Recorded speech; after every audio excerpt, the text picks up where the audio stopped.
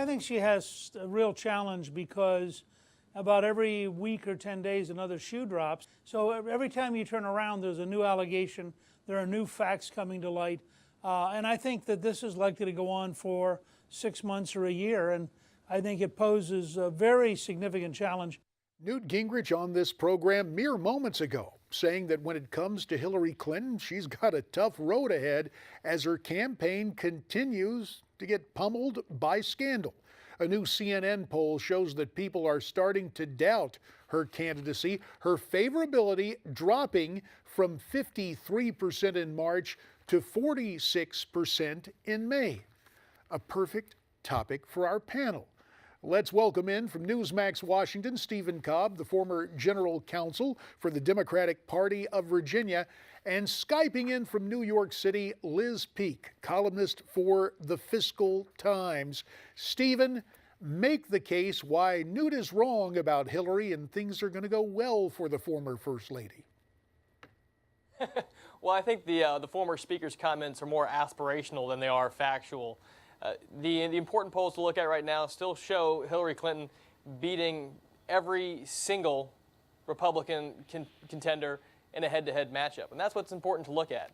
Let's not forget that the election and the primaries are a year away, and I think you're going to see a lot of flex in those numbers.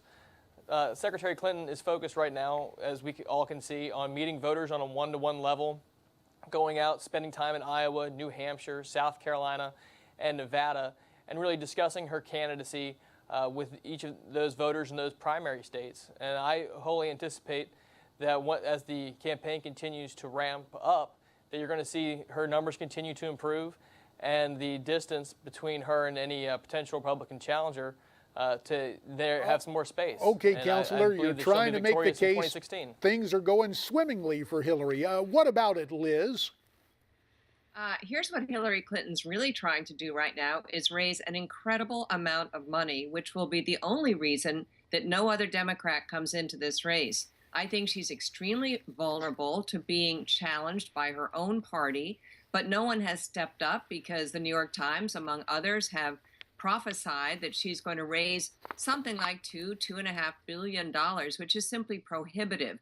I think she's running a terrible campaign. She's sort of doing intentionally what Mitt Romney was forced to do unintentionally, which is to give her opponents a lot of time to sort of make a case that she's untrustworthy, that a lot of things she has been involved in really don't pass the smell test. She's not rallying to her own defense because her one effort on that arena was just a disaster. And because what can she say? I mean, the foundation looks really like a corrupt vehicle for raising money for Hillary and Bill. So look, I think it's remarkable that the polls aren't worse, but it's only because there's no one challenging her. So and yeah, not only do you have that going on, Liz, but there are little moments in a campaign that can just define it. And one such moment came, I guess, in Iowa. I want you guys to listen to what happened here. We're going to take a look at it, then we'll get your reaction. If you go to the end of the line. Okay. Why don't you go to the end of the line? Yeah, we'll take care.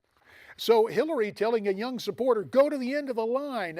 Will that bring about the end of the line for Hillary, Liz? Well, I think people are going to keep their babies away from her anyway. Look, I think she's a haughty, imperious woman. We saw that in that dreadful quote when she turned to the Senate panel and said, what difference does it make? She doesn't, I mean, she's not warm and fuzzy, and she can meet one-on-one on people, but at the rate she's going, it's going to take about 140 years to make any appreciable dent in her impressions on one-on-ones. Let me turn to you, Stephen. I guess videos can be taken out of context, but it sure didn't look good. Oh, sure, but again, none of us are there. For all we know, that there was 30 people in line who'd been waiting for her for some time, and they all love the fact that they didn't let somebody jump in line ahead of it. We're not there. We don't know. What's important is that she's there with voters talking about her plan when she is elected as president of the United States. She's bringing a very positive message to these voters, and it's going to be an issue-based campaign. Again, when we keep talking and hearing from the right about why isn't anyone challenging her from the left, these are aspirational comments. Republicans want Hillary Clinton attacked from her left so that she is a weaker candidate in the general.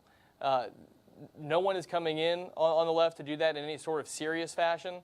I wholly anticipate that Secretary Clinton will be our nominee in 2016, and I wholly expect that she'll be elected president that November. Well, what about that, Liz? Is it inevitable?